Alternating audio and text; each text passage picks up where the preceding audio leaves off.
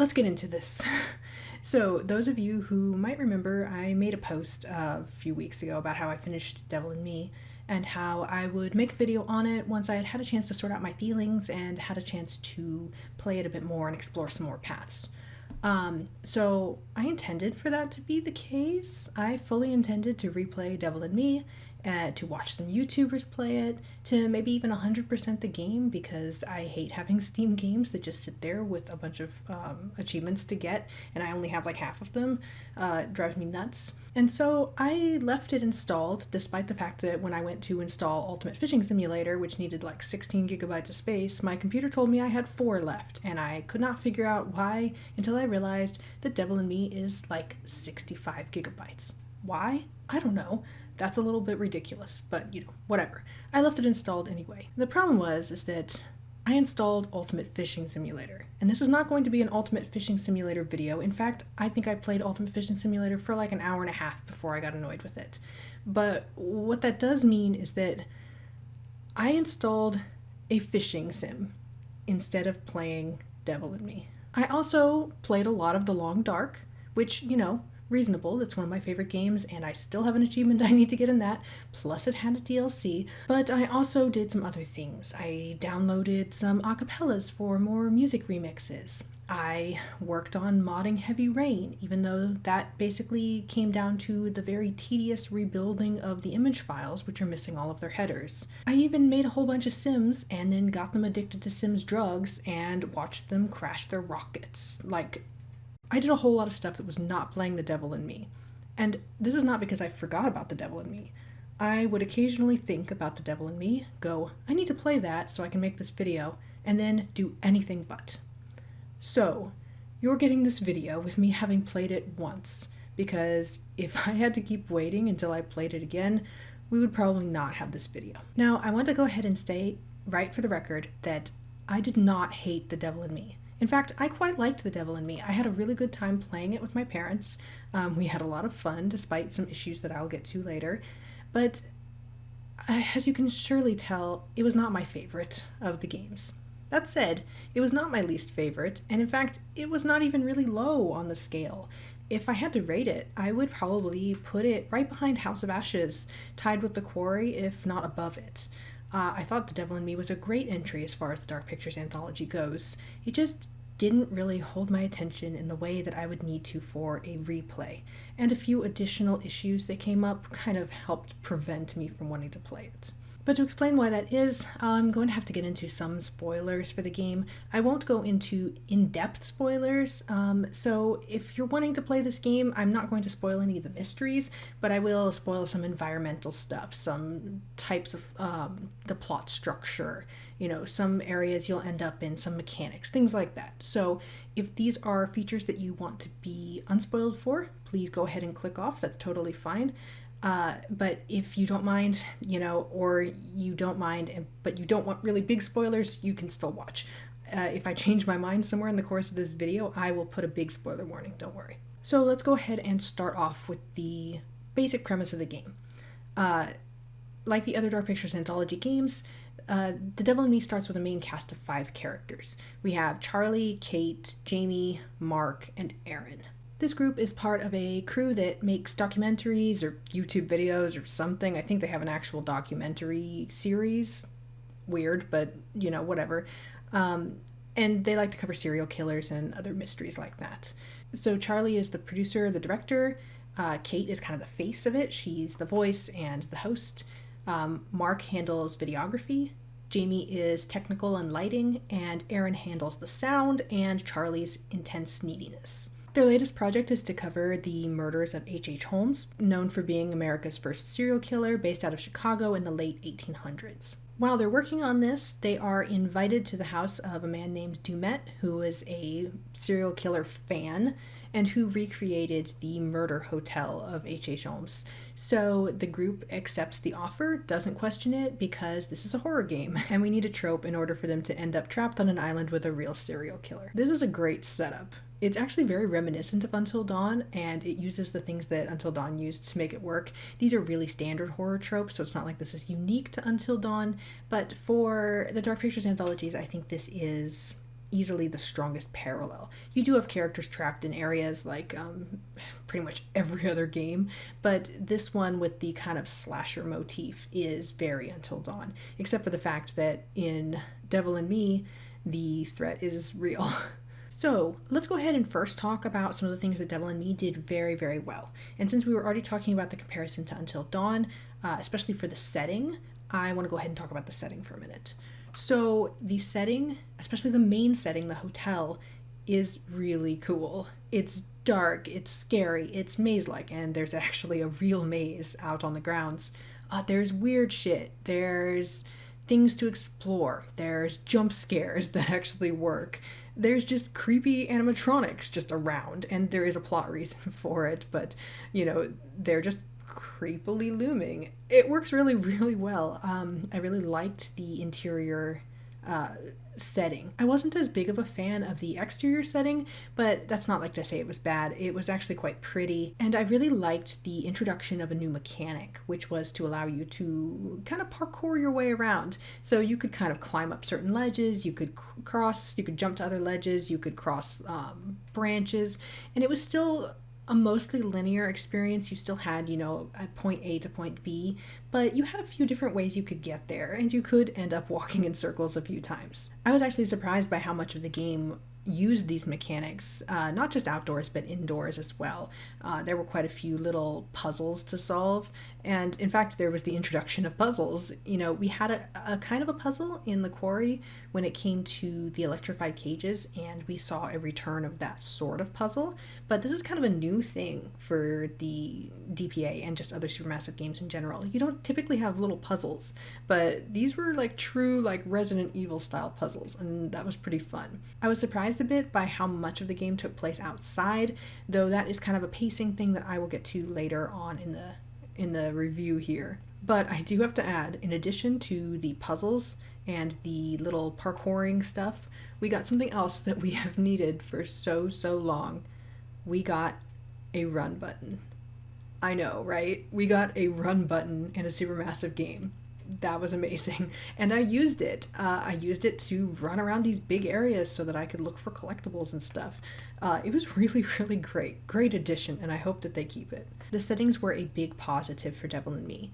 They were beautiful, they were interesting, they were all pretty unique. Even when you would go into, room number 15 that you had to figure out a way out of, they all still looked kind of visually distinct. That was a really nice touch. They had obviously spent a lot of effort on designing these rooms, and some of the rooms were very, very unique. Everything looked really good in terms of graphics. The environmental stuff was beautiful. The characters looked good, but the environment was really where it shined. The plot itself worked. It was a pretty basic plot. It was interesting to try to piece the backstory together. I had a good time finding the clues and trying to figure out what was going on. So did my parents. We all had a great time, throwing theories back and forth at each other. That said, we came up with the correct theory very, very quickly. It was not an extremely difficult puzzle to solve, depending on the specific clues that you had picked up. And we actually were kind of expecting a little more. It wasn't that we were let down, it was just that there were aspects of the plot that we felt might have had a twist coming, or something additional to them, like a double fake out, like a lot of the Supermassive games have. And it wasn't the case. This was basically exactly what we would expect. So although I've only played it once, I have looked at some other paths and some other choices and how some effects would happen, and I am very impressed with the choice mechanics in this game. It seems like there are a lot of them. There are a lot of different ways things can go. The characters can survive or die in many, many segments, and although you still have your kind of final characters, as you always do in these types of games, it's much more varied, it seems. The stakes seemed much higher, and I felt the impact of choices. So that was really, really nice, and I really appreciated that they did it to this level, like they did in The Quarry and Man of Medan, without sacrificing other aspects of this particular game. Just because I'm going to have some gripes about other aspects of this game doesn't mean that I think that they were sacrificed for this choice mechanic. I think that they're doing a very good job of bringing the choice mechanic up to meet other aspects, rather than either ignoring it or over prioritizing it. So, pure positives out of the way, it's time to get into things that I had more mixed opinions on. I'm going to start off with the characters who were kind of mid. You might have seen my tier ranking video for Supermassive characters, and I did like some of these characters. I liked Jamie a lot. I thought Kate was fine. Aaron was fine. I thought Charlie was well written, even though he was obnoxious. Mark was a bit of a cardboard cutout, but I feel like I probably just didn't see his story enough. It wasn't that I thought these characters were terrible. In fact, I liked these characters better, I think, than a lot of the Quarry characters. They felt more grounded with their setting. They felt like they were actually interacting with what was happening, that they would react to things going around. Well, with the exception of the dinner scene where they talk about whether Dumet's coming back. That was a weird scene. I thought that they were a lot more like real people reacting how real people might react. Obviously, they were still horror characters and they were still horror tropes, so they did occasionally do weird or stupid things. And there was the whole thing with Mark and his fear of heights. It just would randomly show up, and I do not understand it. I was so confused. He would be terrified of something one moment, and then the next he'd be climbing something really tall, or walking across a tiny little beam, or jumping on or off of things. And then the next moment after that, he'd be on like a perfectly sturdy bridge, and he couldn't handle it. Or he would be like scaling a mountain, and then he gets to the top of the mountain, and he's like suddenly afraid of the heights, even though he had been climbing it the very, very weird. So there were little character things like that I found very strange. However, for the most part, the characters felt more like, the real side of characters rather than caricature characters, if that makes sense. So I liked these characters a decent amount. They didn't grab me the way the House of Ashes characters and, of course, the Until Dawn characters did, but they were at least as engaging as the Quarry, if not more so to me. However, I did end up just not being that invested in any of them. I thought Jamie was interesting, and I kind of wanted to know more about her. I wanted to know a little bit more and develop more Aaron and Jeremy's relationship. I thought that the hints we got with Kate and her backstory were interesting, but I still didn't care that much. So for a strange complaint I did not expect to be making, this game is very long. This thing is almost as long as Until Dawn, honestly. It is so long. I was expecting a 5-hour, 6-hour maybe game like we had with basically all of the other Dark Pictures anthology. This game was so long. I think I saw that it was like 7-ish hours. I actually don't know how long I played it. I'm gonna pop open my Steam and find out. Okay, I have 9 hours on this game. Now, part of that is because my mom was playing with us and she has Parkinson's, so sometimes it takes a little bit longer to explore an area with her because she's having trouble seeing and she's having trouble controlling. But she only had like 2 characters. She had like Charlie. I think she had Charlie.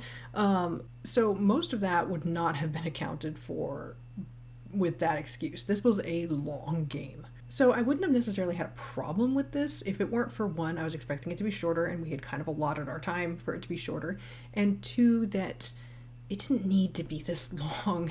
It was just filled with padding. There was so much of the game that was padding. Now, I do appreciate that they spent a while at the beginning letting us set up the characters and get to know them.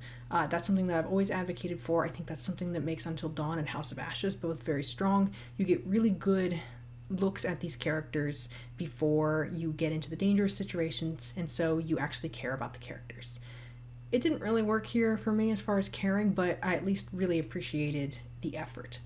The issue with the padding is that it was in the late part of the game. I felt like the parts in the hotel were okay, maybe a little bit slow to build up to the danger, but as soon as the group escaped the hotel, I thought that this would be like maybe an hour left. You would be rushing, down the countryside trying to evade the killer and get to the escape. But it was so much longer. It had to be at least 3 hours just outside in the wilderness, jumping over branches and jumping over cliffs and getting lost and climbing stuff. It was just a lot, and it did not need to be a lot. In fact, the maze puzzle really didn't need to exist. It was not hard, it was just obnoxious, and it was just a waste of time. So that sort of thing drove me a little bit crazy, and to be honest, it is a lot of the reason why I don't want to replay this game, but I'll get into that a little bit more later. Unfortunately, this game was also extremely buggy. I know people had a problem with House of Ashes when it first came out, saying it was very buggy. I hadn't experienced any of that, but I played this game in December when it had come out in October, and it was still incredibly buggy. Just off the top of my head, things that happened. Mark got stuck in the wall. I think I took some screen caps. He jumped off of a cliff edge and then became one with the cave.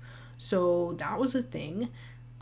I remember one time Kate had to crouch and crawl one direction, and you had to point the joystick in a completely different direction than she was actually facing for her to crawl through the hole. It kind of killed the tension in an otherwise tense scene. The game constantly froze briefly, and the voices would get desynced. This was not helped by, turning on or off VSync or changing the frame rates or locking the frame rates or doing any of the standard things that you would typically do. And yes, my computer should be able to run this game, no problem. I don't know what was wrong with it. And then I also had a very obnoxious time trying to distribute characters in the, shared movie night mode.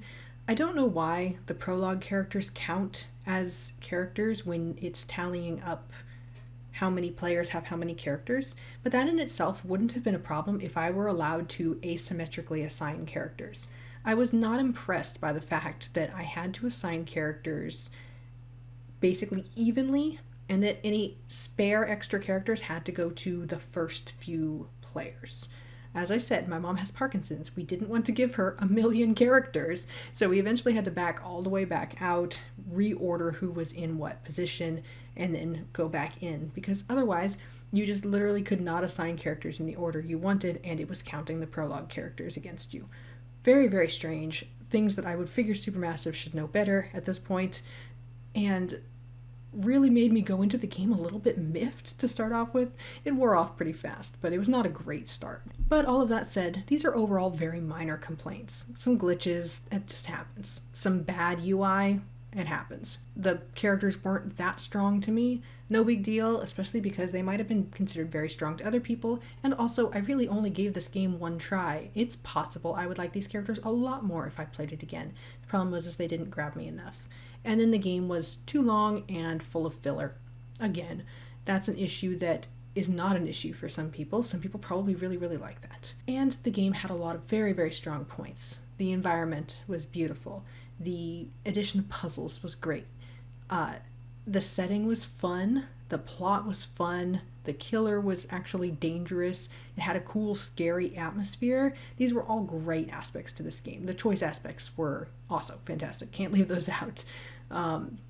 It was a good game. I don't want any of my complaints to, make people think I think anything other than that it was a great game. It just wasn't a great enough game that it made me want to replay it over and over, especially when there are these other issues I would have to contend with. So yeah, I have been staring at this game, trying to find the interest and the motivation to devote another 7 hours to it, or even just like 5 hours if I played skipping the kind of intro, skipping right to the hotel.